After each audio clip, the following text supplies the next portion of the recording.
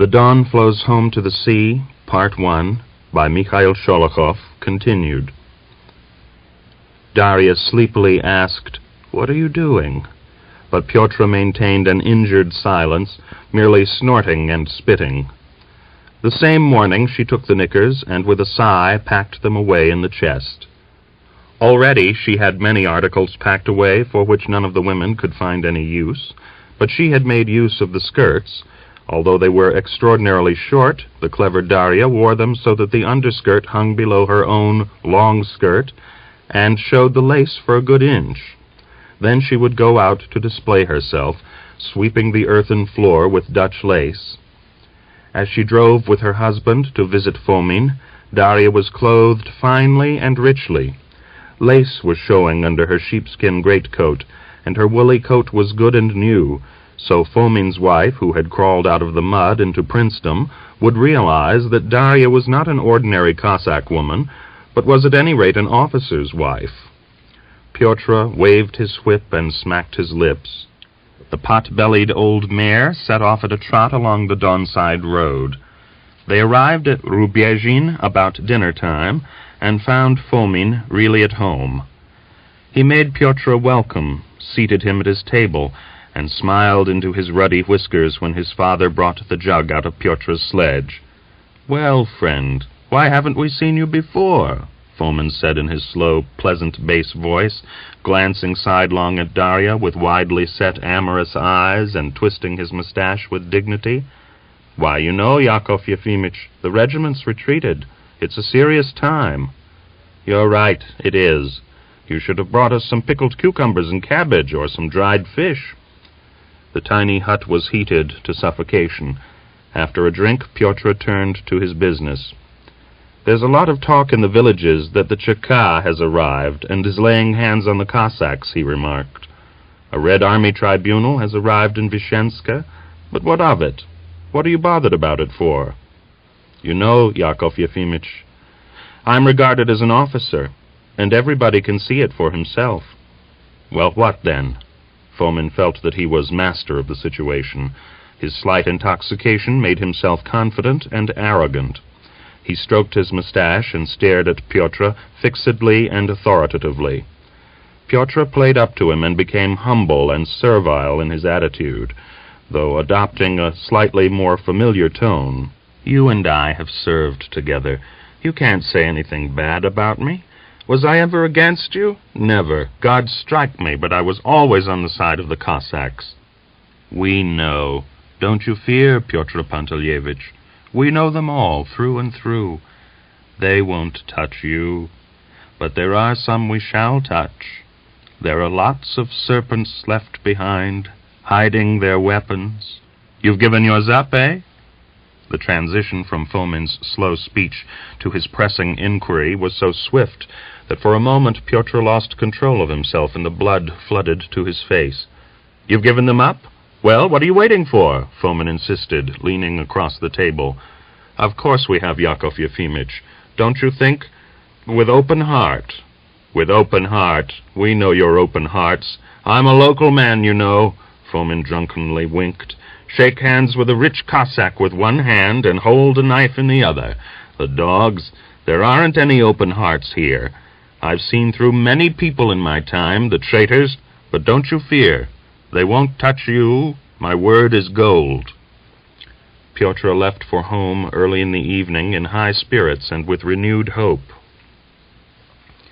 After seeing Pyotr off, Pantelyeymin went to visit old Korshunov.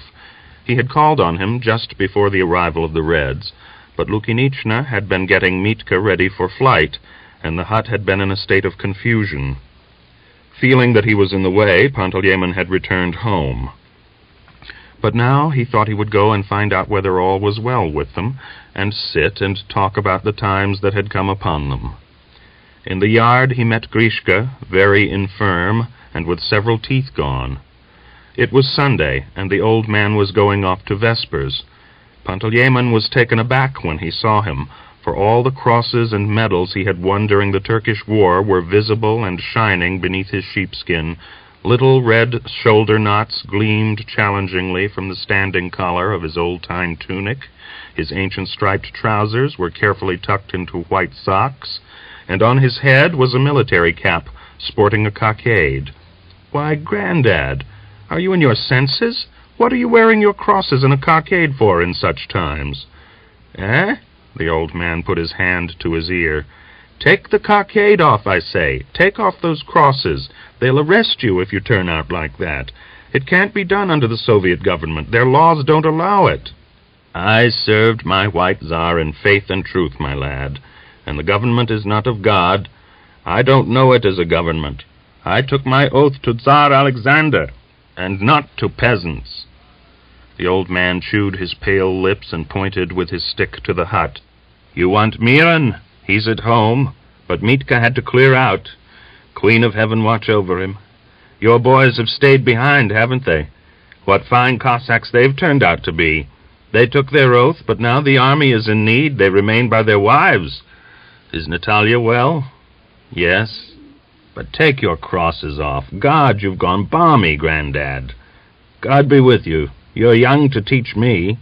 The old man came straight at Panteleimon, and hopelessly shaking his head, Melyakov stepped aside into the snow to let him pass. "Did you see our old warrior?" Miran Grigorievich rose to meet Panteleimon. "There's a fine way to bring trouble down on our heads. He's fastened on his medals, put his cap on, and went. He's become quite a child. He doesn't understand a thing."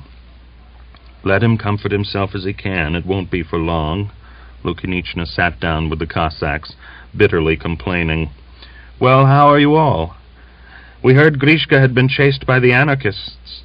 They've taken 4 of our horses and left only the mare and a yearling. They've robbed us of everything." Miran screwed up his eyes as though taking aim at someone, and spoke with a new tone of authority. "And what's the cause of our life being ruined?" he demanded. "Who has done it? It's all this devilish government. Is it sensible to make everybody equal? You can drag the soul out of me, but I'd never agree to it. I've had to work hard all my life, and then they want to make me equal with those who've never lifted a finger to raise themselves out of their need. No, we'll wait a little longer. This government will cut the veins of the good farmer, and then why should we work? And whom should we work for? The front lies along the Donets. But is it likely to stop there?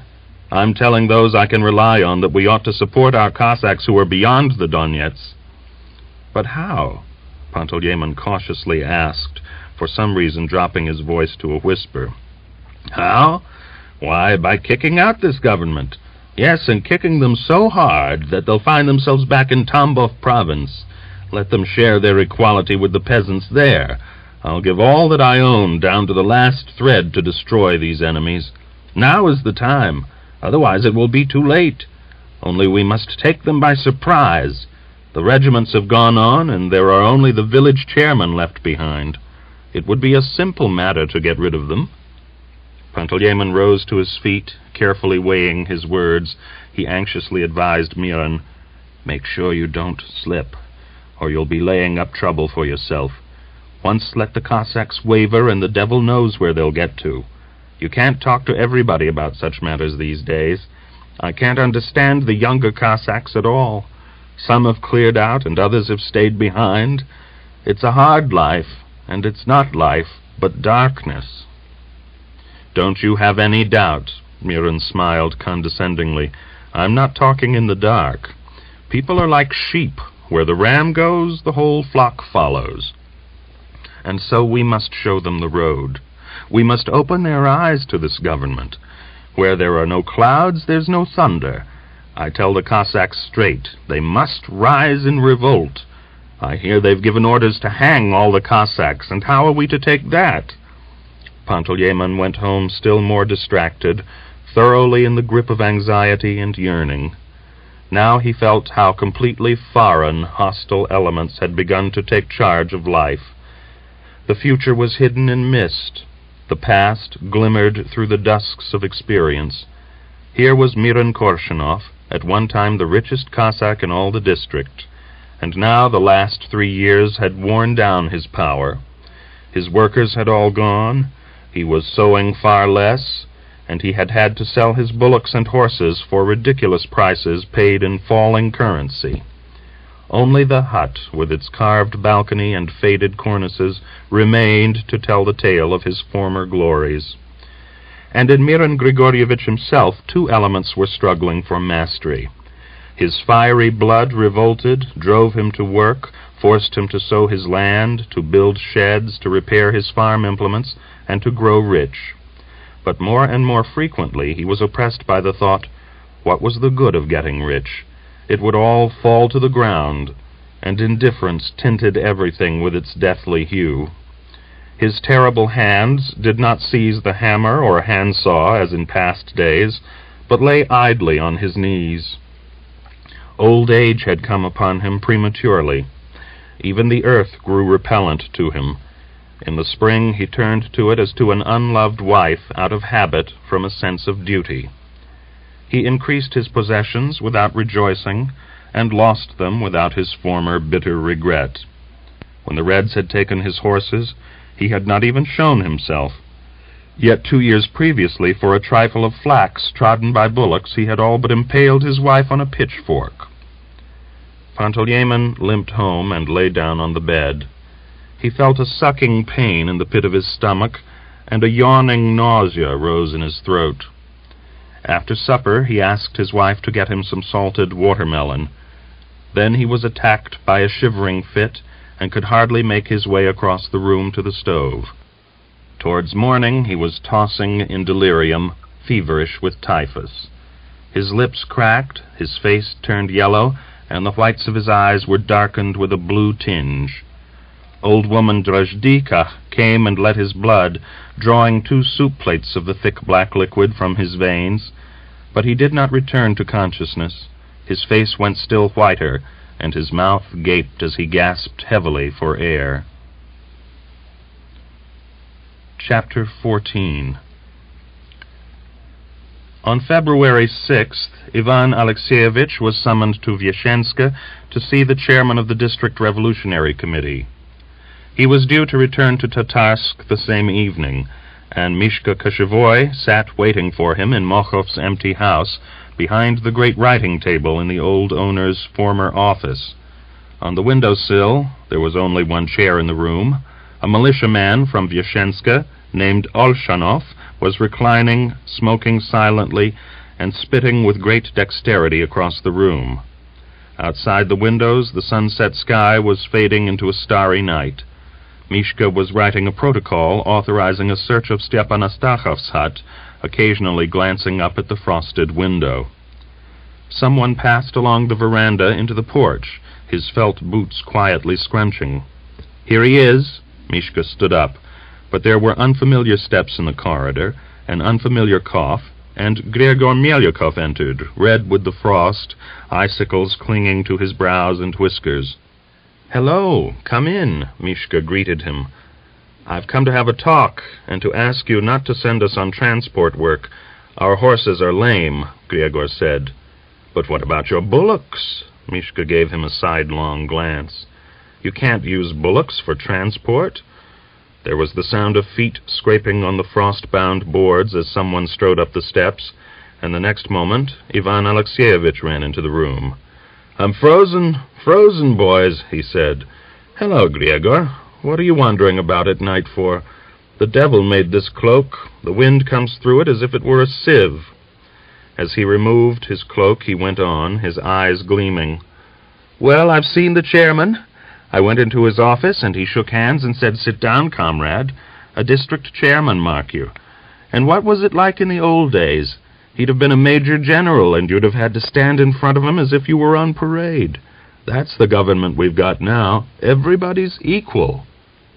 Grigory could not understand the reason for Ivan's animated, happy face and exultant words, and he asked, "What is it you're so glad about, Ivan Alexeyevich?"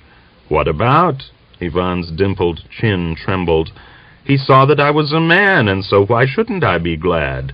He gave me his hand as an equal and told me to sit down. Even the generals go about in shirts made of sacking these days." Grigory stroked his whiskers. "I saw one officer wearing epaulets drawn with pencil, and they give the Cossacks their hands, too. The generals did it because they had to, but these do it by nature. See the difference?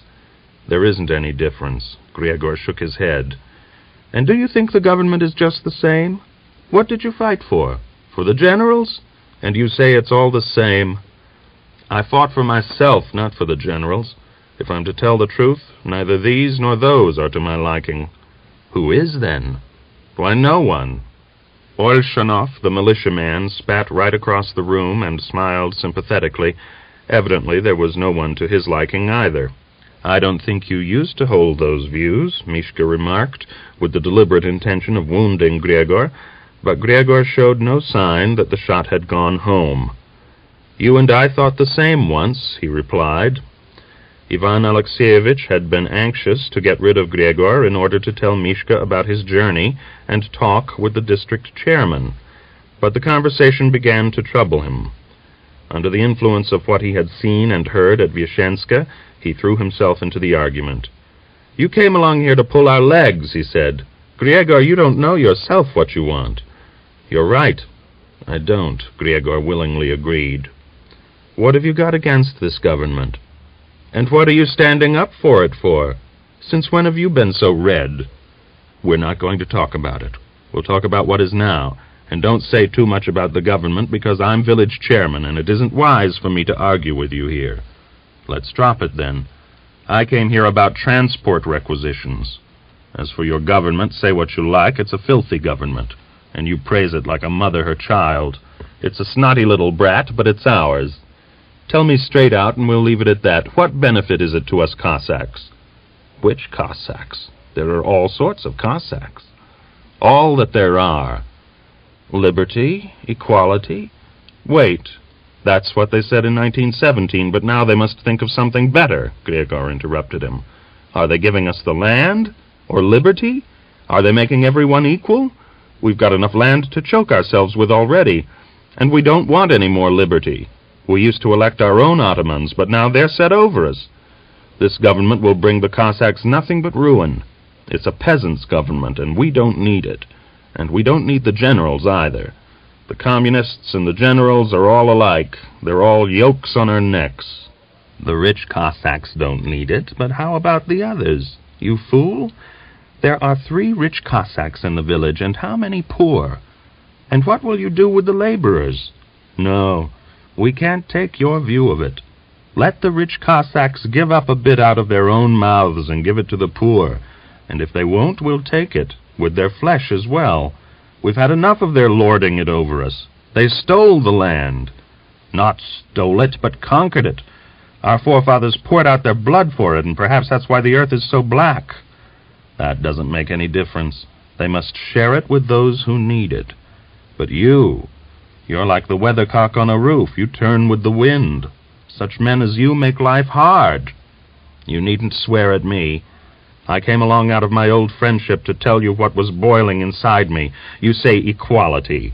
That's how the Bolsheviks have taken in the ignorant people. They talk fine words, but they drive a man on like fish into a net. And where is this equality of yours? Take the Red Army. They passed through the village, the troop officers in chrome leather boots, and Ivan in leg rags. I saw commissars all dressed in leather, trousers and coat and everything, and others didn't have enough leather to make a pair of shoes. We've had a year now of the Soviet government, and they're well in the saddle. But where is their equality? At the front we used to say the officers and men would be paid the same. But no matter how bad the lord is, the lout become a lord is 10 times worse. The old officers were bad enough, but when a Cossack gets to be an officer, you may as well lie down and die. You couldn't have worse. He's had the same education as any other Cossack. He's learned to twist the bullocks' tails. But now look at him. He's got on in the world, and he's drunk with his authority, and he's ready to flay anyone else alive in order to keep his seat. Your words are counter-revolutionary, Ivan Alexeyevich coldly replied, without raising his eyes to Gregor's face. You won't turn me into your furrow, and I don't want to break you. It's long since I saw you last, and I won't hide that you've changed. You are an enemy of the Soviet government. I didn't expect that from you. So if I think about the government, that's counter-revolutionary, is it? Ivan borrowed Olshanov's tobacco pouch, then said more mildly, "How am I to make you see it? Men get there with their own minds and hearts. I can't manage it with words, owing to your ignorance and my own lack of education.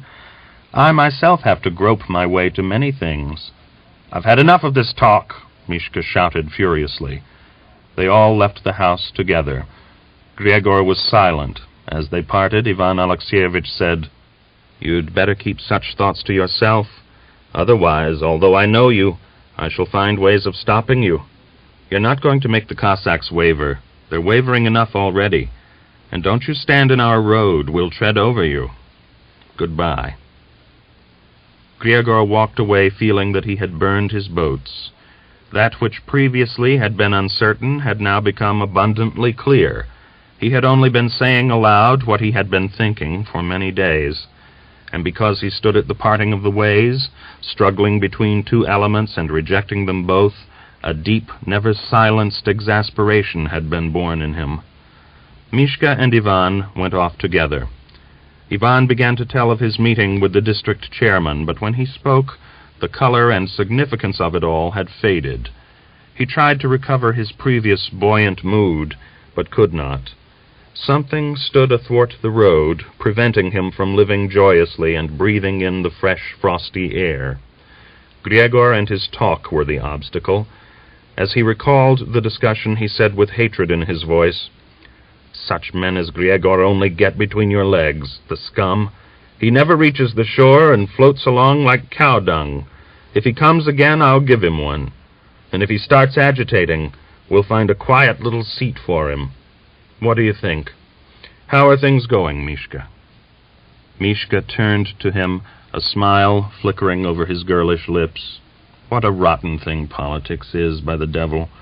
You can talk about whatever else you like, but you won't ever cause so much bad blood. Here's Gregor. We've been friends ever since we went to school together. We ran after the girls together. He was like my own brother to me. And now we begin to talk, and I get so wild that my heart comes near to bursting, as though it was a watermelon. It was as though he was taking something from me, robbing me, and I could have killed him as we talked. There are no brothers or cousins in this war. You just draw a line and follow it." Mishka's voice trembled with his unbearable sense of injury. Not over any girl he'd won from me did I ever get so angry as over his words. That shows you how far we've got. The snow melted as it fell. At noonday, the snowdrifts in the cliffs came sliding down with a dull, heavy rumble. The boles of the oaks were laid bare of snow. Little drops sprinkled from the branches and pierced through the snow to the very earth. Already the intoxicating vegetative scent of spring was rising, and the orchards were perfumed with cherries. Holes appeared in the icy sheet of the dawn. The ice retreated from the banks, and clear green water flooded over the edges of the water holes. A transport, carrying munitions to the Donetsk front, was to change its sledges at Tatarsk. The Red Army men accompanying it proved to be spirited lads. Their commander remained in the Revolutionary Committee to watch over Ivan Alexeyevich, remarking, "I'll stay with you, or you'll be clearing off before you know where you are." The others went to collect sledges. 47 two-horse sledges were required. Yemelyan, Mochov's former coachman, went along to the Melyakovs' hut and saw Pyotr. "Harness up your horses to carry munitions to Bokovaya," he said. Without turning a hair, Pyotr snorted, "The horses are lame, and yesterday I carried wounded to Vyshenska with the mare." Yemelyan said no more, but turned and ran to the stable. Pyotr ran after him, shouting, "Do you hear? Wait a minute! Stop playing the fool!" Yemelyan gazed sternly at Pyotr and added, "I don't want to look at your horses. I expect you've made them lame yourself. You can't pull the wool over my eyes. I've seen as many horses in my time as you've seen horse dung. Harness them up, horses or bullocks, it's all the same to me." Gregor went with the transport. Before his departure, he ran into the kitchen, kissed his children, and hurriedly told them, "I'll bring you back something nice, only you behave yourselves and listen to what your mother says." But to Pyotr he added, "Don't worry about me. I shan't go far. If they want us to go farther than Bokovaya, I shall leave the bullocks behind and come back. But I may not return to the village. I'm thinking of going to our aunt in Singin. I don't like hanging about here." He smiled. "Well, goodbye. The Reds are fighting so that they can have a better life, but we've already fought for our better life," Gregor thought as he reclined in the sledge behind the slow, measured movement of the bullocks. "There's no one truth in this life. Whoever masters the other gets the fire for himself. And I foolishly sought for the truth, made myself ill over it, and went from one to the other. In the old days, the Tatars tried to seize the Don lands and to make us slaves, and now it's Russia. There can be no peace with them. They are foreign to me and to all the Cossacks. We deserted from the front, and now everybody's thinking like me, but it's too late." Occasionally shouting lazily at the bullocks, he dozed, huddled against the ammunition cases. He smoked a cigarette, then thrust his nose into the hay. It smelled of dry clover and the sweet haze of July days. He dropped off to sleep. In his sleep he dreamed that he was walking with Aksenia through high-standing corn. In her arms she was carefully carrying a child, and her eyes were fixed watchfully on Gregor. Gregor could hear the beating of his own heart, the singing rustle of the ears, and he saw the brilliant edging of grass along the field boundaries, the poignant blue of the sky. He loved Aksenia again with his old, exhausting love. He felt that he loved her with all his body, with every beat of his heart. But at the same time he realized that this was not reality, that the colors before his eyes were the deathly tints of dreamland. Yet he rejoiced in his dream and accepted it as life. Aksenia was the same as she had been 5 years before, save that she was more restrained and cold. A jostle of the sledge awoke him, and the sound of voices sobered him. He glanced up and saw that they were passing a long line of transport sledges moving in the opposite direction. "What is your load, friends?" Bodovskov, driving in front of Gregor, hoarsely asked. The sledge-runner squeaked. The bullocks' cloven hoofs scrunched in the snow. There was a long silence before anyone would answer. At last one of the drivers said, "Corpses. Died of typhus." Gregor looked up. Bodies covered with tarpaulins lay stretched out on the passing sledges. The rail of his own sledge struck against a hand poking from under the tarpaulin, and the human flesh gave out a dull iron ring. Gregor turned unconcernedly away. The cloying, calling scent of the clover again induced sleep, gently recalled the half-forgotten past, and renewed in him the feeling of his former happiness. He felt a rending yet delicious pain as he threw himself back in the sledge, his cheek touching the yellow stalks of the clover. But his heart beat violently, and sleep was a long time coming. Chapter 15.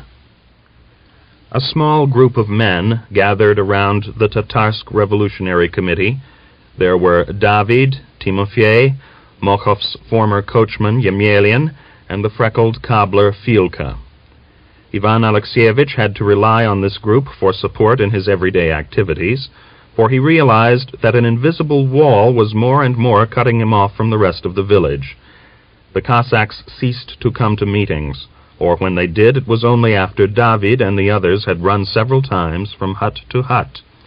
Then they came, but silently agreed to everything proposed. At such times, the younger Cossacks were always in a large majority. But even among these, there were no sympathizers. Stony faces, distrustful looks, lowering glances met Ivan's eyes as he carried on the meeting. His heart turned cold within him. His eyes acquired a yearning look. His voice grew weak and lacking in confidence. One day, freckled Filka blurted out, "We've got cut off from the village, Comrade Ivan. The people have become devils. Yesterday I went to get sledges to carry wounded Red Army men to Vyshchenska, but nobody would go." "But how they're drinking!" Yemelyan exclaimed. In every hut, vodka's being made." Mishka Koshevoy frowned and kept his thoughts to himself, but as they were going home in the evening, he asked Ivan Alexeyevich, "Let me have a rifle." "What for?" "I don't like going about with empty hands. Or haven't you noticed anything? I think we must arrest someone. We must arrest Grigory Melyakov, old Baldirev, Matvey Kashulin, and Miran Korshunov. They're whispering to the Cossacks, the snakes. They're waiting for the return of their own men from the Donets." Ivan Alexeyevich sadly waved his hand. "If we begin to arrest so many, we must take them all. There are some who are sympathetic to us, but they keep their eyes fixed on Korshunov. They're afraid his Mitka will come back from the Donets and tear their guts out." Life took charge of affairs for Ivan. The next day an express messenger from Vishenska brought an instruction to enforce a levy upon the richest families. The sum of 40,000 rubles was to be obtained from the village. The Revolutionary Committee allocated the amount to be raised by each family. By the following day, 2 sacks of money, some 18,000 rubles in all, had been collected. Ivan Alexeyevich wrote to the district committee. In reply, 3 militiamen were sent back with the order. Those who have not paid their levy are to be arrested and sent under escort to Vyeshenska. 4 old men were at once arrested and temporarily imprisoned in Mokhov's cellar, where he had formerly kept his winter apples. The village resembled an agitated beehive. Korshunov flatly refused to pay. Nonetheless, the time had come when he must render account for his former prosperous days. An investigator, a young Vishenska Cossack who had served in the 28th Regiment, and another man arrived in the village. They showed Ivan the mandate of the Revolutionary Tribunal and were closeted with him in his office. The investigator's comrade, an elderly, clean-shaven man, said seriously, "Disturbances are occurring in the district. The White Guards who have remained behind are raising their heads and are beginning to oppress the toiling Cossacks. We must remove all those most hostile to us, the officers, priests, gendarmes, all who have actively fought against us. We'll draw up a list. Give the investigator every assistance. He knows some already." Ivan stared at the man's clean-shaven face and ran over the names of family after family. He mentioned Pyotr Melyakov also, but the investigator shook his head. "He's one of us. Fomin asked that he shouldn't be touched. He's friendly to the Bolsheviks. I served with him in the 28th. A few hours later, the arrested Cossacks were sitting guarded by the militiamen in Mokhov's spacious yard, waiting for their families to send them provisions, clothing, and other necessary articles. Miran Grigorievich, dressed in entirely new clothes, as though preparing to meet his death, was sitting at the end, next to old Bogatiryev and Matvey Kashulin. Avdyeyich the braggart was vaguely wandering about the yard, aimlessly staring into the well or picking up a chain, then wandering back from porch to wicket gate, rubbing his sweaty, livid face with his sleeve. The others sat in silence, with bowed heads, drawing designs on the snow with their sticks. Their women ran tearfully about the yard with sacks and bundles. Lukinichna wept as she buttoned the sheepskin jacket around her old man and tied up his collar with a large white kerchief. As she stared into his faded eyes, she said, "Don't you grieve, Miran. Maybe it will all turn out all right, Lord." Her mouth lengthened into a tearful grimace, but she pursed up her lips and whispered, "I'll come and visit you, and bring you some mushrooms. You know you like them." At the gate a militiaman shouted, "The sledges have arrived. Put your things on them and come on. The women must stand back. It's no use their crying now." For the first time in her life, Lukinichna kissed Miran's hairy hand, then she tore herself away. The bullock sledges slowly crawled across the square towards the dawn. The 7 prisoners and 2 militiamen followed them on foot. Avdyeyich dropped behind to tie up his shoe and ran youthfully to overtake them. Matvey Kashulin and his son walked side by side. Maidanikov and Korolyov were smoking. Miran Korshunov held onto the sledge. Behind all the rest came old Bogatiryev with a heavy, majestic stride. The contrary wind blew back the ends of his white patriarchal beard, and the scarf flung over his shoulder fluttered as though in farewell. On that same cloudy February day, another unusual event occurred in Tatarsk. Of recent days, the village inhabitants had grown accustomed to the arrival of officials from the district, so no one paid any attention to the two-horse sleigh which crossed the square with someone seated at the driver's side. The sleigh stopped outside Mokov's house, and the man got down, proving to be elderly, and unhurried in his movements. He adjusted his long cavalry coat, raised the ear-flaps of his red cavalry fur cap from his ears, and holding the wooden case of his Mauser, went slowly up the steps. In the Revolutionary Committee room were Ivan Alexeyevich and two militiamen. The newcomer entered without knocking, stroked his short iron-gray beard, and said inquiringly, "I want the chairman." Ivan turned dilated eyes on the speaker and wanted to jump out of his seat, but he could not. He only worked his mouth like a fish, and scraped the arms of his chair with his fingers. From under the Cossack cavalry cap, Stockmann was gazing at him. For a moment his eyes were screwed up, fixed on Ivan without a sign of recognition. Then they lit up, and a line of tiny furrows ran from their corners towards the temples. He strode across to Ivan, embraced and kissed him, brushing his face with his damp beard, and exclaimed, "I knew it. If I thought Ivan's still alive, I shall find him chairman in Tatarsk." "Osip Davidovich, pinch me, swine that I am, I can't believe my eyes!" Ivan almost wept. "It's true enough," Stockmann replied, gently releasing his hand from Ivan's. "Well, haven't you got anything to sit on?" "Here, take this chair. But where have you sprung from? Tell me." "I'm with the political section of the Red Army. I see you still can't believe that I'm genuine. Strange lad. But it's all very simple, brother. After they took me away from here, I was sent into exile, and there the revolution found me. I and another comrade organized a Red Guard, and we helped to fight Kolchak. It was a gay time, my boy. Now we've driven him beyond the Urals, and here I am on your front. The political section of the 8th Army sent me here to work in your district, as I'd lived here and knew the conditions, so to speak. I arrived at Vyazhenska, had a talk with the people on the Revolutionary Committee, and decided to come to Tatarsk first of all. I thought I'd come and stay here, work and help you organize things, and then go on elsewhere. You see, I haven't forgotten our old friendship, but we can come back to that later. Now let's talk about yourself, about the situation here. Tell me all about everybody. Who's working with you? Who's still alive?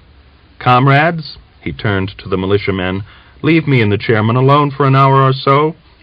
Phew, the devil! As I drove into the village, it smelt so much of the old days. Yes, time stood still then, but now... Well, begin. Some 3 hours later, Misha Koshevoy and Ivan conducted Stockmann to his old quarters with squinting Lukeria. They strode along the brown track of the road, Mishka frequently seizing Stockmann by the sleeve as though afraid he would disappear before his eyes or prove to be a phantom. After tea, made from a decoction of cherry leaves, Stockmann lay down on the stove. He lay listening to the confused stories told by Mishka and Ivan, asking questions, biting his cigarette holder, and just before dawn dozed off, dropping his cigarette on his dirty flannel shirt. Ivan went on talking for some 10 minutes more, but when Stockmann answered a question with a snore, he quietly tiptoed out of the room, almost tearfully livid in the attempt to stop coughing. "Feel better?" Mishka asked with a quiet laugh as they went down the steps. Olshanov, who had accompanied the prisoners to Vyazhenska, returned at midnight. He knocked and knocked at the window of the little room where Ivan Alexeyevich was asleep, and at last awoke him. "What do you want?" Ivan asked, his face puffy with sleep. "Brought letters back, or what?" Olshanov played with his whip. "They've shot the Cossacks," he said. "You're lying, you serpent!" "They examined them as soon as they arrived and led them into a pine wood before it was dark. I saw it myself." Fumbling with his felt boots and clothes, Ivan dressed hurriedly and ran to Stockman. "We sent some prisoners to Vyeshenska today, and they've shot them," he exclaimed. "I thought they would just keep them in prison, but this is different. This way we'll never do anything. The people will turn from us, Osip Davidovich. Why did they kill them? What will happen now?" He expected Stockman to be as agitated and indignant as himself at what had occurred, but as he slowly drew on his shirt, Stockman answered, "Now stop shouting. You'll wake Lukeria up." He dressed, lit a cigarette, asked once more the reasons that had led to the arrests, then coldly said, "You must get this into your head and get it well in. The front is 120 miles away from here. The main body of the Cossacks is hostile to us, and that's because your Kulak Cossacks, your Atamans and other heads, enjoy a tremendous influence with the toiling Cossacks. Why do they? Well, you ought to be able to answer that yourself. The Cossacks are a special military caste. Tsarism developed in them this love for the authorities and for the father commanders. And it was these same father commanders who ordered the Cossacks to smash the workers' strike. They made fools of the Cossacks for 300 years. Well now, there's a very great difference between the Kulak of, say, Ryazan province and the Don Cossack Kulak. The Ryazan Kulak has been squeezed. He's helpless and only potentially dangerous. But the Don Kulak is an armed Kulak. He's a dangerous and poisonous snake. He won't only spread lying tales about us, as Korshunov and the others did, according to your own words, but he'll try to attack us openly. Of course he will. He'll take a rifle and shoot us. He'll kill you. And he'll try to get the other Cossacks, the Cossack who is not too badly off, and even the poor Cossack, to follow him. Well, what was the situation here? They were accused of activities against us? All right. Few words into the wall with them, and there's nothing to dribble with sorrow about. He was a good sort and all that. I'm not sorry, don't think that. Ivan Alexeyevich waved his hand.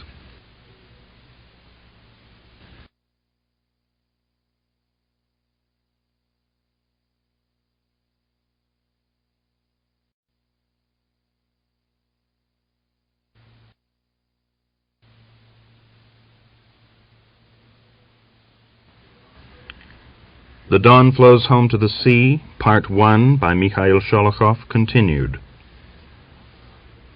I'm not sorry, don't think that. Ivan Alexeyevich waved his hand. But I'm afraid it'll set the others against us.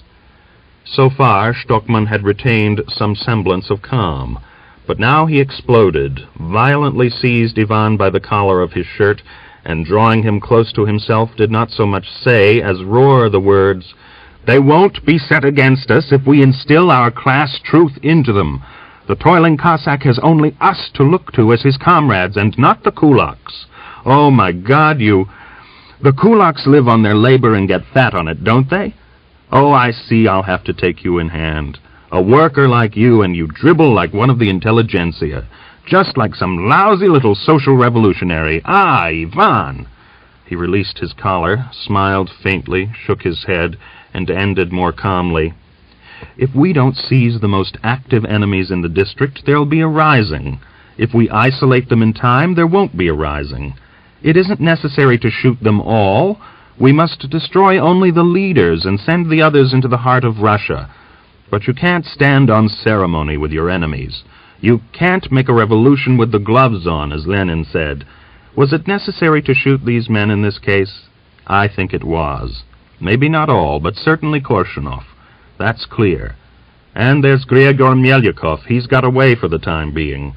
We should have caught him in the act. He is more dangerous than all the others taken together. That talk he had with you was the talk of a man who will be an enemy tomorrow. And what we're going through here is nothing. On the fronts, the finest sons of the working class are perishing, and in their thousands. We must be sorry for them, and not for those who are killing them or waiting for the opportunity to strike us in the back. And now you see daylight, don't you, Ivan?" Chapter 16. Pyotr had just entered the kitchen after collecting the cattle. Immediately behind him the latch of the outer door rattled, and Lukinichna, wrapped in a black shawl, crossed the threshold. Taking little steps without a word of greeting, she tottered towards Natalia and fell to her knees in front of her. "Mamma, my dear, what's the matter?" Natalia cried in an unrecognizable voice, stooping to raise her mother's heavy body. Instead of replying, Lukinichna beat her head against the earthen floor and intoned in a dull, broken voice, "Beloved mine, for whom have you abandoned me?" The two women broke into such a wail of sorrow, to which the children added their whining tones, that Pyotr seized his tobacco pouch from the stove ledge and rushed out into the porch. He guessed at once what had happened, and stood smoking on the steps. The howling voices died away in the kitchen, and he returned, an unpleasantly cold shiver running down his back.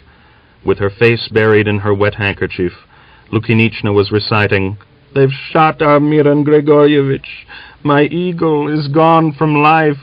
We're left orphans. The chickens will peck at us now." Her voice rose to a howl. "His dear eyes are closed. No more will they see the light of day." Darya sprinkled the swooning Natalia with water. Ilinichna wiped her cheeks with her apron.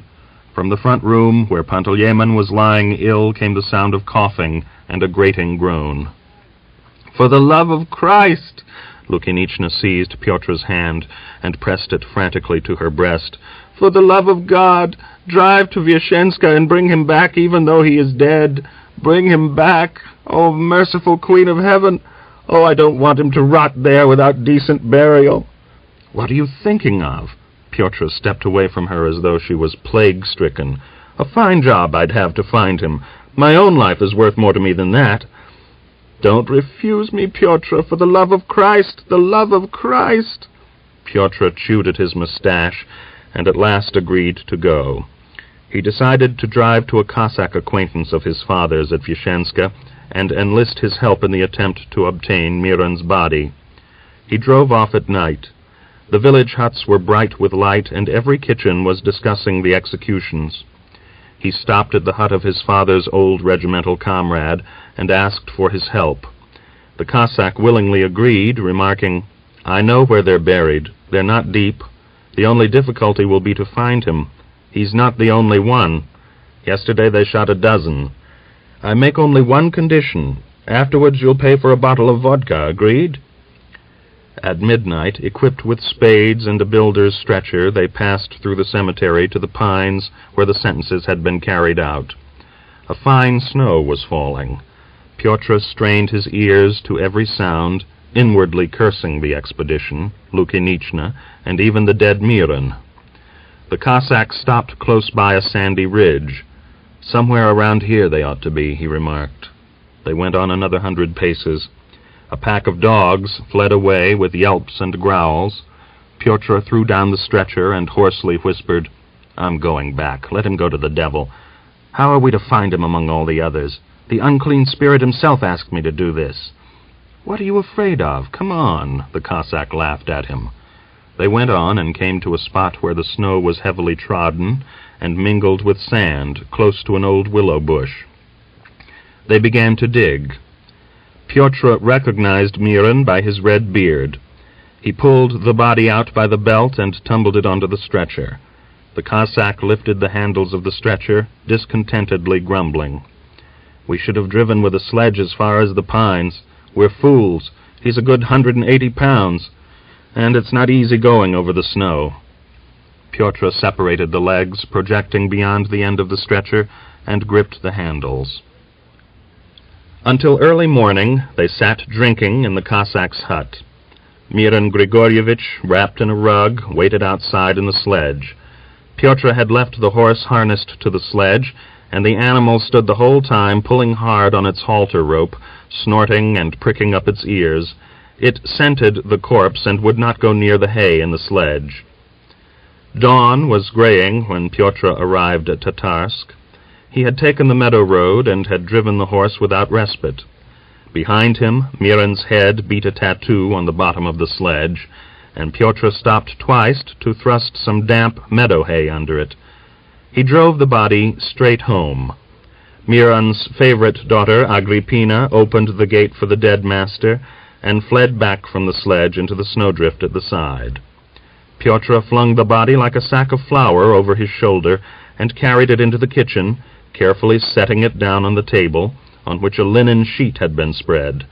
Then Lukinichna, streaming with tears, crawled to her husband's feet.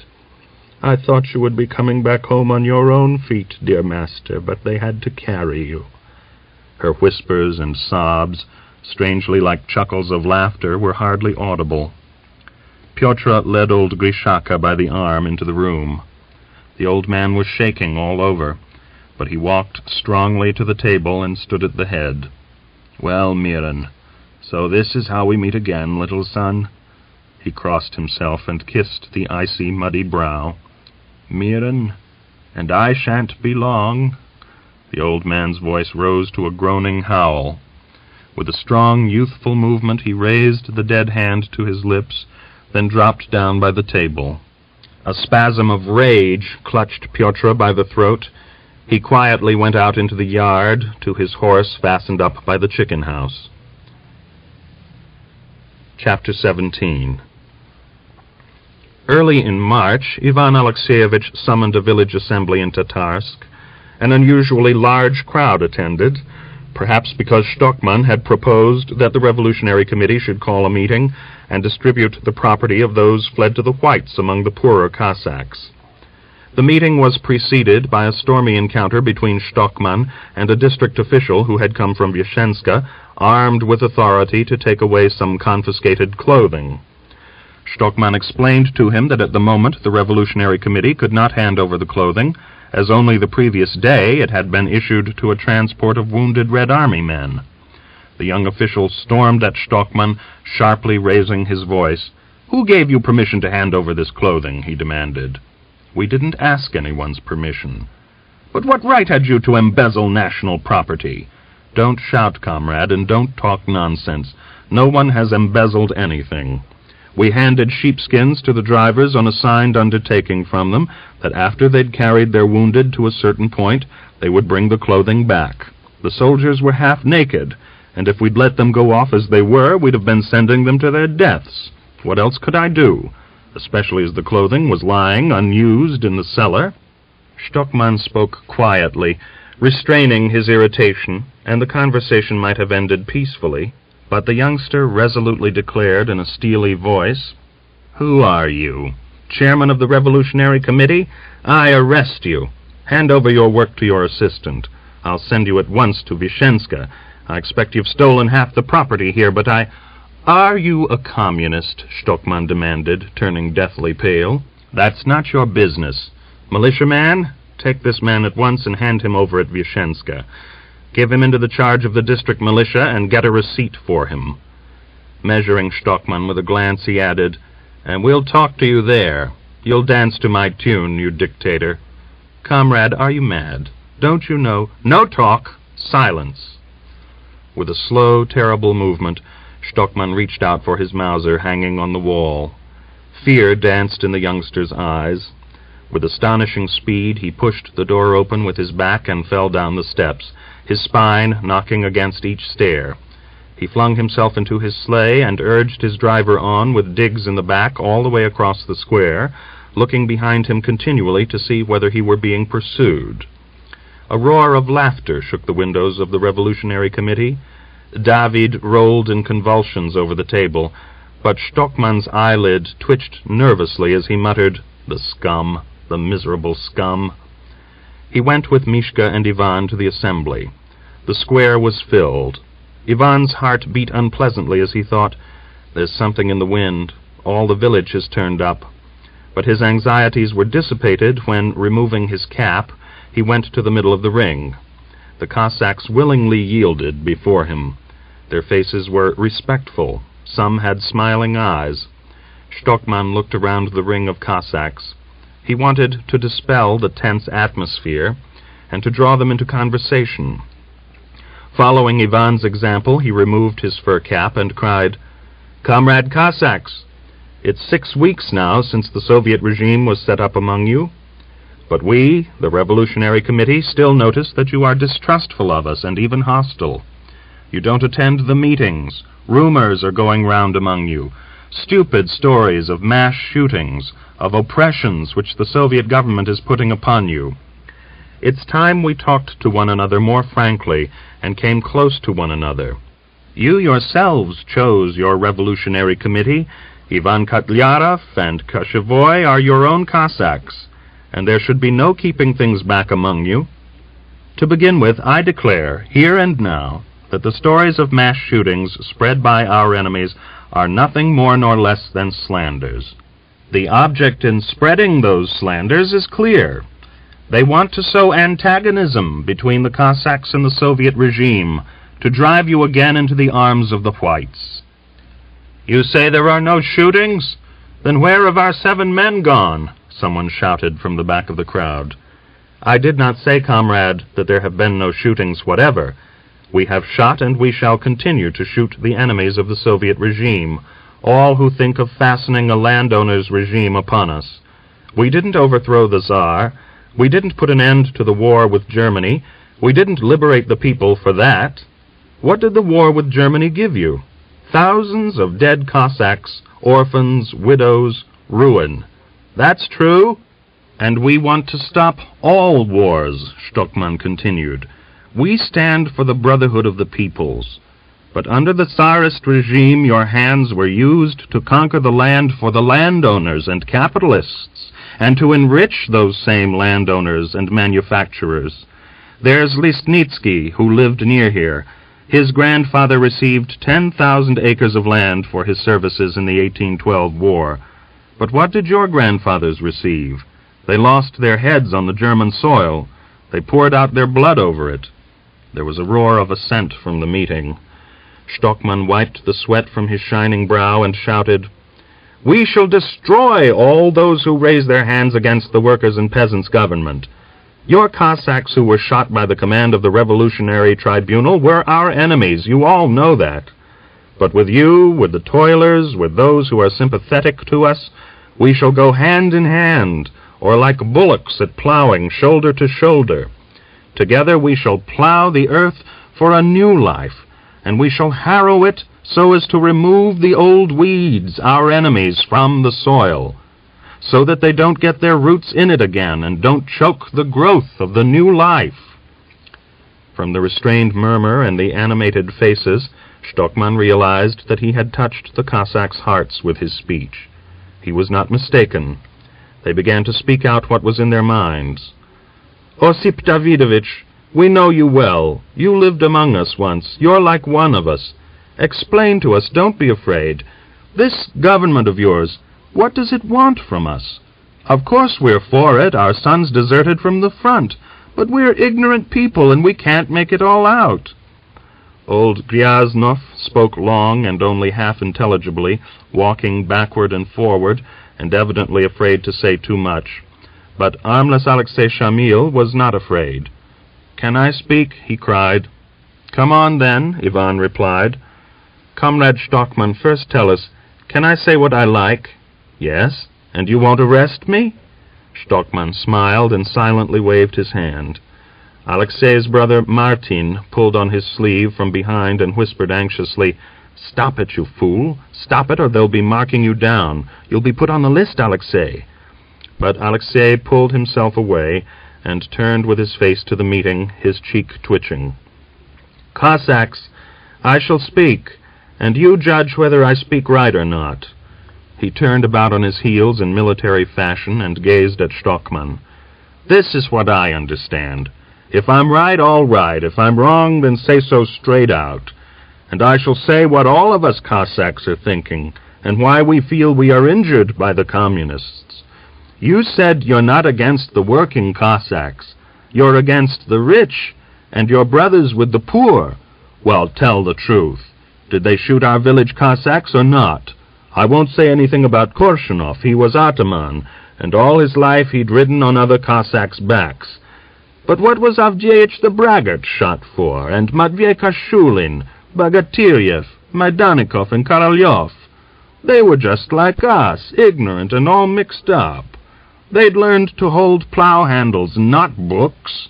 And if they said something bad, was it necessary to put them up against a wall for that? He took a breath and stepped forward. You've arrested those who talked like fools, and you've punished them, but you don't touch the merchants. With their money, the merchants bought up our lives, and we haven't anything to buy them back again with. We spend our lives digging up the ground, but fortune passes us by. You've shot some of them, maybe, but they would have driven their last bullock out of their yards to save their skins. Yet you've never demanded a contribution from them, and we all know what's happening in Vishenska. There the merchants and priests are all alive and whole. And in Kargin, too. We hear what's happening all around us. Good report stands still, but evil report flies all over the world. There was a confused roar of "That's right," and the crowd drowned his words. But he waited until the noise died away, and taking no notice of Stockmann's upraised hand, continued to shout, "And we realize that maybe the Soviet government is good, but the communists who have got the jobs are trying to drown us in a spoonful of water. They're giving it to us for 1905. We've heard the Red soldiers say that. And we say among ourselves that the communists want to destroy us, to take us prisoners. They want the Cossack spirit to die out of the Don. That's what I say. I'm like a drunken man. I say at once whatever comes into my head, and we're all drunk with this good living, with the shame which has come upon us and upon the communists." Alexei pushed back into the crowd of Cossacks, and there was a long silence. Stockmann began to speak, but he was interrupted by shouts from the back. "He's right. They're insulting the Cossacks. You know what songs are being sung in the villages now? Not everybody is ready to speak out his mind, but they'll sing it." The crowd rocked with crosstalk. Stockmann violently crumpled his cap in his hand, and drawing out of his pocket the list Koshevoy had written, he shouted, "No, it's not true. Those who are for the revolution have nothing to take offense about. This is what your fellow villagers, the enemies of the Soviet regime, were shot for. Listen." He began to read aloud, slowly and distinctly. "List of enemies of the Soviet regime, arrested and handed over to the Investigation Commission of the Revolutionary Tribunal. Korshunov Miran Grigoryevich, former ataman, rich through exploiting other men's labors. Senilin Ivan Avdievich made propaganda for the overthrow of the Soviet government. Kashulin Matvey Ivanovich did the same. Majdanikov Semyon Gavrilov put on epaulets and shouted in the streets against the Soviet government. Melyakov Panteleimon Prokofievich was member of the military council. Melyakov Griegor Pantelyevich is a lieutenant hostile to the Soviet government and dangerous. Kashulin Andrei, son of Matvey, took part in the execution of the Potyelkov Red Cossacks. Borovskov Fyodor Nikiforov did the same. Bogatiryev Arkhip Matveyev was a church warden against the government and incited the people against the revolution. Korolyov Zakhar Leontyev refused to surrender his arms and is unreliable." Against the names of the two Melyakovs and Borovskov were notes which Stockmann read. "These enemies of the Soviet government cannot be arrested, as two of them are away, mobilized for transport purposes, and Panteleimon Melyakov is ill with typhus. The two men away will be arrested and sent to Vyeshenska immediately they return, the third when he is able to stand." The meeting was silent for a moment. Then there was an outcry. "It isn't true! It's a lie that they spoke against the Soviets. Is this the kind of thing you arrest men for, because they looked at your teeth?" Stockmann spoke again. They seemed to be listening to him attentively, and there were even occasional shouts of approval. But when at the end he raised the question of distributing the property of those who had fled to the Whites, there was silence. "What's the matter with all of you?" Ivan Alexeyevich asked in vexation. The meeting began to break up like scattered grape-shot. One of the poorest of the villagers stepped irresolutely forward, then hesitated and fell back again. "The owners will come back, and then what?" Stockmann attempted to persuade them not to break up, but Koshevoy, as white as chalk, whispered to Ivan Alexeyevich, "I said they wouldn't touch it. It would be better to burn it all rather than give it to them now.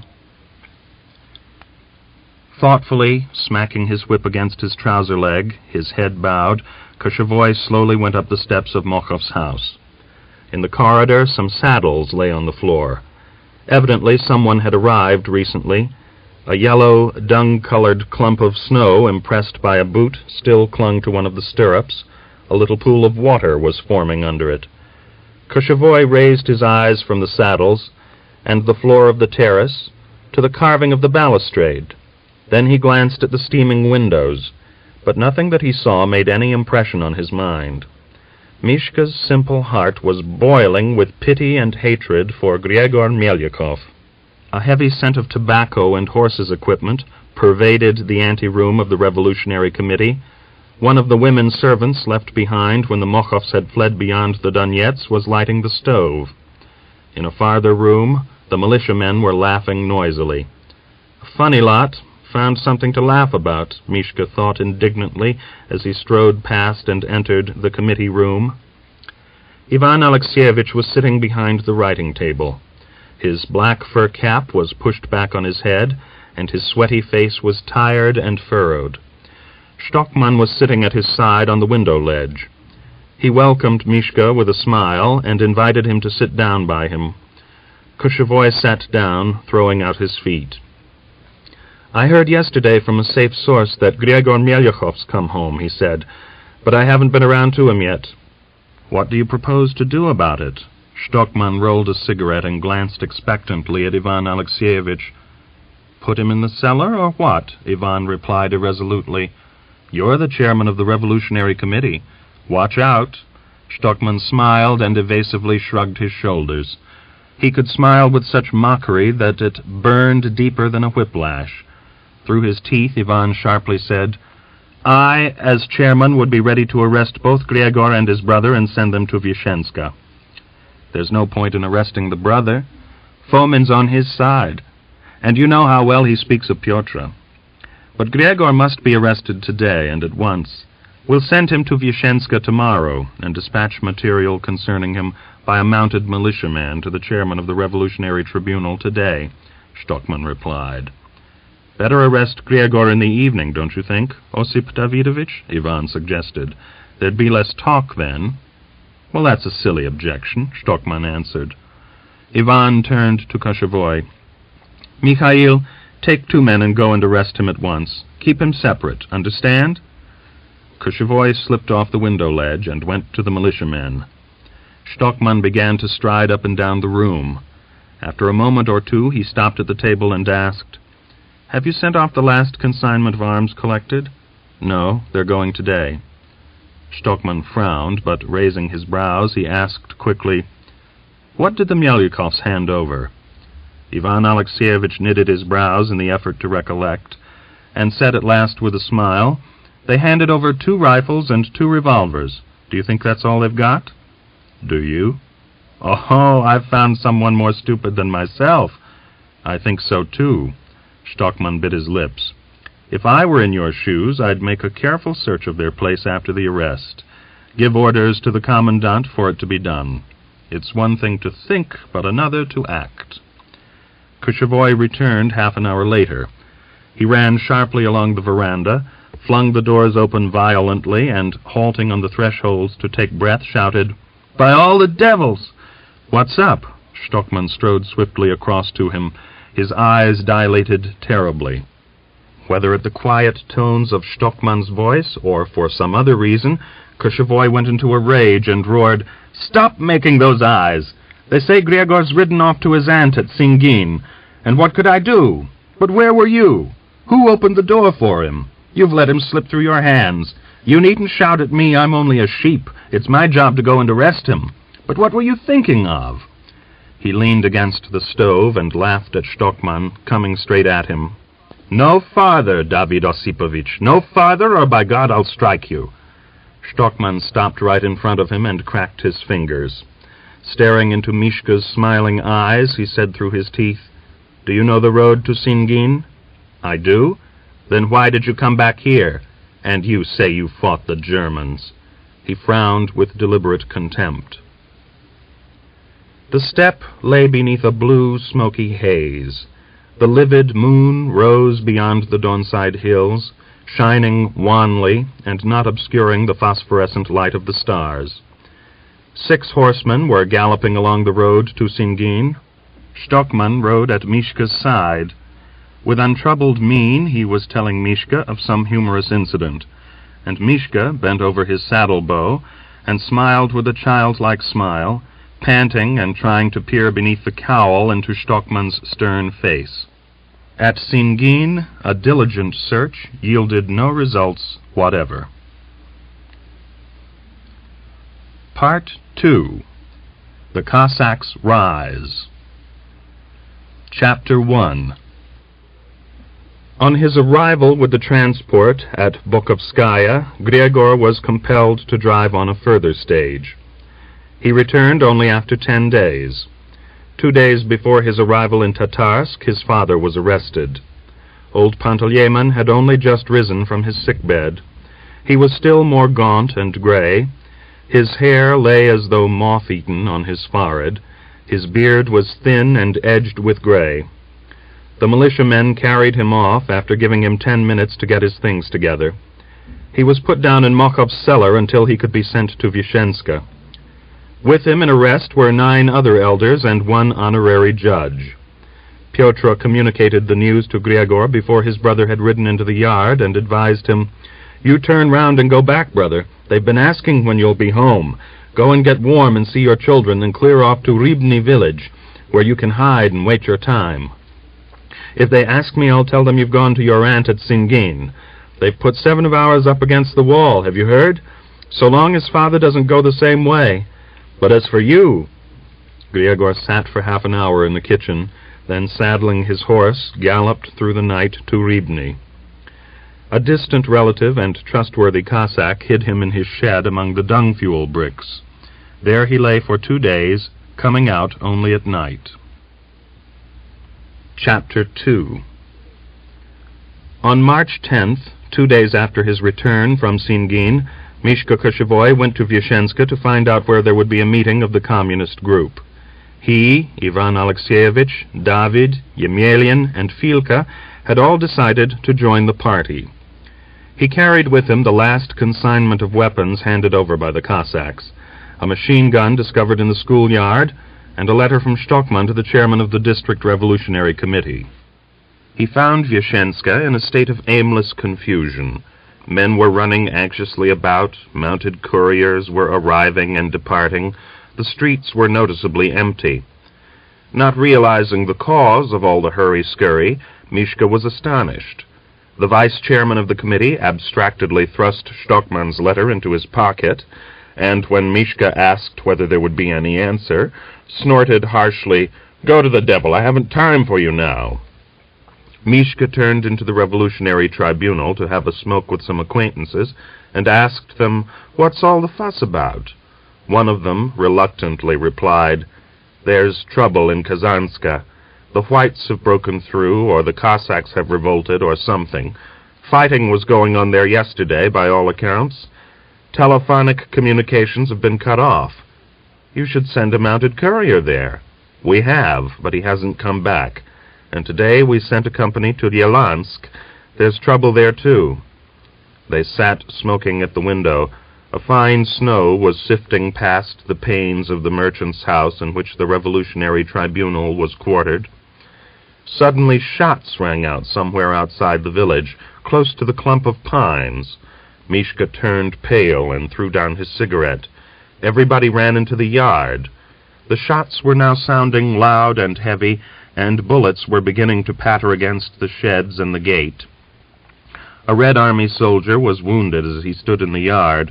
The remnants of the military company were drawn up hurriedly in front of the Revolutionary Committee, and the commander led them at a run towards the slope leading down to the Don. A panic set in. People ran to and fro across the square. A riderless horse galloped past. In his consternation, Mishka himself never remembered how he came to be in the square. He saw Fomin burst like a whirlwind from behind the church, a machine gun harnessed up to his horse. The wheels failed to take the corner, and the gun turned over and dragged along, swinging from side to side. Fomin, bending low over the saddle, disappeared under the hill, leaving a silvery trail of snow dust behind him. To the horses was Mishka's first thought. He ran down the side roads, bending double, not stopping once to take breath. He found Yemelyan harnessing the horses, fumbling terror-stricken at the traces to fasten them to the single-trees. "What's happening, Mikhail? What's up?" he stammered, his teeth chattering. In their hurry they could not find the reins, and when they did find them, the collar thongs had come untied. The yard where they had halted looked out into the steppe. Mishka stared toward the pines, but no line of infantry appeared in that direction. There was no avalanche of cavalry. Firing was going on somewhere in the distance. The streets were deserted. The place wore its customary dreary look. Yet something terrible was happening. The revolt had come in very truth. All the time Yemelyan was busy with the horses, Mishka did not remove his gaze from the steppe. He saw a man run from beyond the shrine, past the bridge where in the previous December the wireless station had been burned down. The man was running at full speed, bent forward, his arms pressed against his breast. By his coat, Mishka recognized him as the tribunal investigator Gromov. Then from behind a fence galloped a horseman, and Mishka recognized him also. It was a Vyeshenska Cossack named Chernichkin, a young, active white guard. As he ran, Gromov looked back once, twice, and pulled his revolver out of his pocket. There was the sound of a shot, then a second. Gromov ran to the top of a sandy hillock and fired. Chernichkin jumped out of the saddle as his horse was moving, unslung his rifle from his shoulder, and lay down behind a snowdrift. After his first shot, Gromov crawled sideways, clinging to the brushwood with his left hand. He circled the hillock and lay face downward on the snow. Dead. Mishka turned cold. Even as he sat in the sledge, galloping out of the gate, he saw Chernichkin run to the body and slash with his sword at the black coat huddled over the snow. It was foolhardy to attempt to cross the Don at the usual crossing place, for horses and men would prove an excellent mark against the white stretch of the river. So Yemelyan turned across the lake into the wood.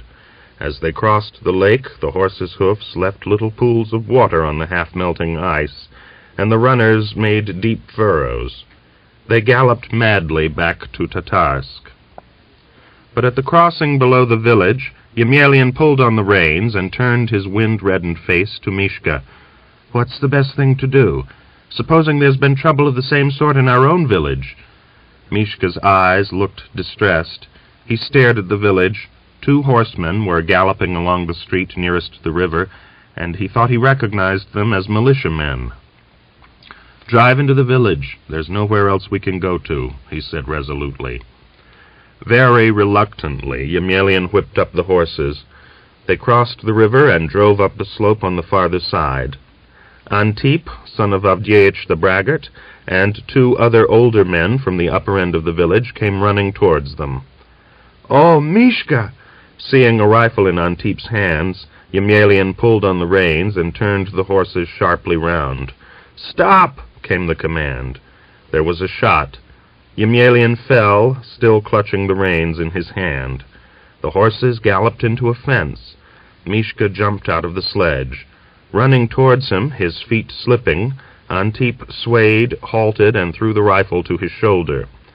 As Mishka fell against the fence, he saw the white teeth of a 3-pronged fork held in the hands of one of the men. He felt a burning pain in his shoulder and fell without a cry, covering his face with his hands. A man, breathing heavily, bent over him and thrust at him with the fork. "Get up, damn you!" The rest Mishka remembered only as though in a dream. Antip threw himself on him and seized him by the chest, weeping. "He betrayed my father to his death. Let me have him, good people. Let me have my heart's desire of him." He was dragged off. A little crowd gathered. Someone's reasoning voice sounded coldly. "Let the lad be. Are you Christians or what? Let him be, Antip. You won't bring your father back to life, and you'll be the cause of a man perishing. Go home, brothers. They're sharing out sugar at the warehouse. Go along and get your share." When Mishka recovered consciousness in the evening, he was lying under the same fence. His side, pierced by the fork, burned and ached. But the prongs, passing through his sheepskin and sweater, had only penetrated the flesh for a couple of inches. He scrambled to his feet and listened. Evidently the insurgents had patrols guarding the village. Occasionally there was the sound of a shot, which set the dogs barking.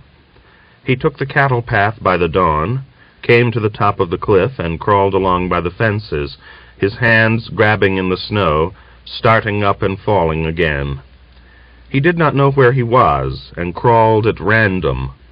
His body was trembling with the cold. His hands were frozen. The cold drove him through someone's wicket gate. He opened the briar-grown gate and went into the backyard. He saw a shed to the left and made towards it, but he at once heard steps and a cough. Someone entered the shed, his felt boots scrunching. "They'll kill me at once," Mishka thought indifferently, as though of a third person. The man stood in the twilight of the doorway. "Who's there?" The voice was weak and sounded frightened. Mishka passed along the partition wall. "Who is it?" the man asked in a louder and more anxious tone. Mishka recognized the voice of Stepan Astachov and came out. "Stepan, it's me, Koshevoy. Save me, for the love of God. You needn't tell anyone, need you? Help me." "So it's you," Stepan, just risen from his bed after typhus, said in a feeble voice. His mouth smiled broadly but uncertainly. "Well, spend the night here, but clear out tomorrow. But how did you get here?" Mishka groped for his hand and shook it, then thrust himself into a pile of chaff. As soon as dusk fell the next evening, resolving on a desperate step, he cautiously made his way home and knocked at the window. His mother opened the door and burst into tears at the sight of him. Her hands clutched and clawed at his neck, and her head rolled on his chest. "Go away, for the love of Christ, go away, Mishka. The Cossacks were here this morning. They searched the whole yard for you. Antip Avdyevitch struck me with his whip. 'You're hiding your son. I'm sorry I didn't kill him at once,' he said." Mishka had no idea where to find his friends. From his mother's brief story he gathered that all the Donside villages had risen, that Stockman, Ivan Alexeyevich, David, and the militiamen had fled, and Filka and Timofey had been killed in the square at noon of the previous day. "Now go away. They'll find you here." His mother wept, but her voice was firm. For the first time for many days Mishka cried, sobbing like a child and bubbling at the lips. Then he took the old mare and led her into the yard. Her foal followed her. His mother helped him to climb into the saddle and crossed herself. The mare went unwillingly, whinnying to her foal. Each time she called, Mishka's heart leaped into his mouth. But he escaped safely from the village, and trotted along the Hetman's high road to the east in a northerly direction. The night was dark and friendly to refugees. His mare whinnied frequently, afraid of losing her foal. Mishka grated his teeth and stopped again and again to listen whether he could hear the heavy beat of horse hoofs before or behind him. But a magical silence lay all around. All he could hear was the foal taking advantage of the halt to suck at its mother, its little hind legs thrust deep into the snow. Worn out, he rode at dawn into a village of the Ust-Khapiersk district. He was stopped by an outpost of a Red Regiment, and 2 of the Red Guards conducted him to the staff headquarters. A staff officer questioned him long and distrustfully, trying to make him contradict himself. Mishka grew tired of answering such stupid questions as, "Who was chairman of your revolutionary committee?" and "Why haven't you any documents?" "Don't try to tie me up, comrade," he protested. "The Cossacks didn't tie me up like this." He pulled up his shirt and showed his side and belly pierced by the fork. He was trying to think of something with which to impress the officer, but at that moment Stockmann entered.